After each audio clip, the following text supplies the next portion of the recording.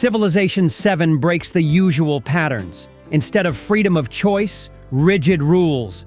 Instead of variability, a scenario from the developers. Will the new ideas be able to keep the spirit of the series, or is it a step backwards for the legend? Let's find out in this review. Each new installment of Civilization has evolved, balancing tradition with new ideas. Each time, starting with the fifth part, players poured a ton of hate on the novelty, but over time, edits, tweaks, mods, major updates were released and the series was returned to again. It's simply because there are no analogs that would be as addictive as Siva. They all fall short. This time, instead of the usual freedom, players were imposed rigid framework. The new system of epochs and the mechanics of legacy do not so much expand gameplay but turn it into a chain of mandatory tasks. Instead of variability, a clear scenario from the developers, which the player must follow. Civilization now develops by leaps and bounds, 3 eras: Antiquity, Modernity, and New Age. In each era, you can choose a new nation, gaining unique bonuses and units. On paper, it sounds fresh, but in practice it leads to monotony. And if you go deeper, you can even have India become Japan, which later turns into Russia. Each stage is accompanied by crises, epidemics, uprisings, economic upheavals. This was supposed to add challenge, but instead of challenge, the player gets predictable events that happen regardless of their actions. It's annoying, especially when the city is unhappy for unknown reasons and then may go to another ruler altogether. Frostpunk takes a rest here. Instead of the usual development, the game offers Legacy, a system of quests that affect bonuses in the next era. In theory, it should give new tactical opportunities, but in practice it only limits. You can't ignore quests, otherwise you'll fall behind the AI. So the vice is squeezed even tighter. Example: military legacy in Modernity requires you to establish settlements on foreign continents. You can capture half of the map, create the most powerful army, but you won't get the bonus without the necessary colonies. And it will take so much time to migrate that some Belarus will already fly to Mars. Epochs are synchronized for all players. It doesn't matter how far ahead of your rivals you are. With the beginning of a new era, the difference disappears. Wars between backward civilizations and technological giants are no longer possible. Tanks versus knights are a thing of the past. And it's a pity because it was quite fun to van-shoot copjacks and ladniks from a helicopter.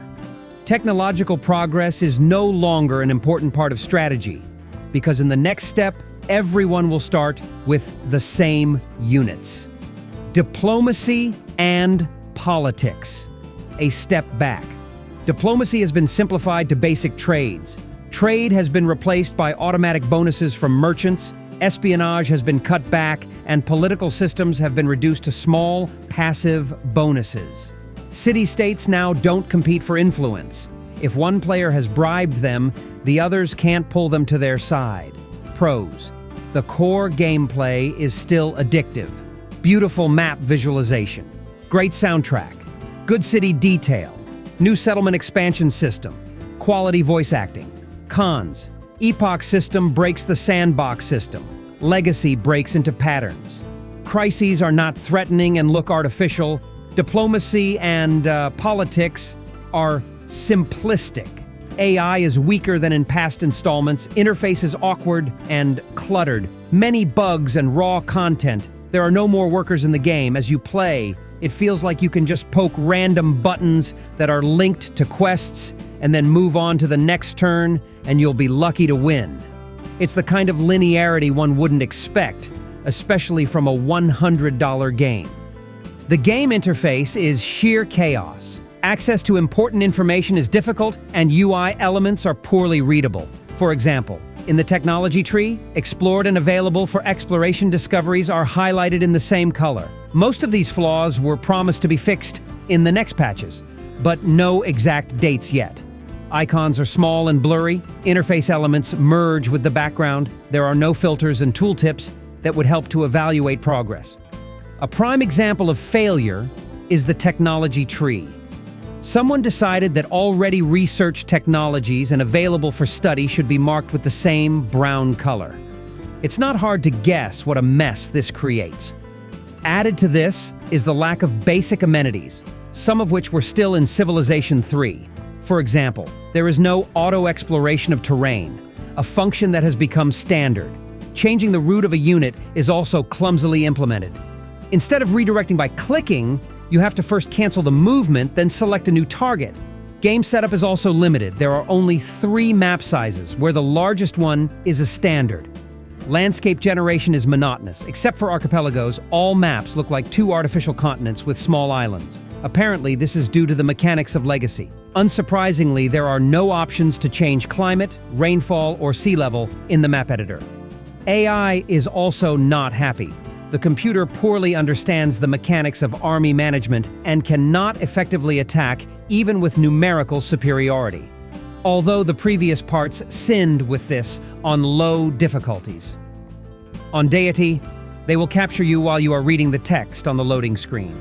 Despite the criticism, Civilization 7 is still Civilization. The core gameplay is addictive, the visuals are pleasing to the eye, and the cities have become more beautiful and organic.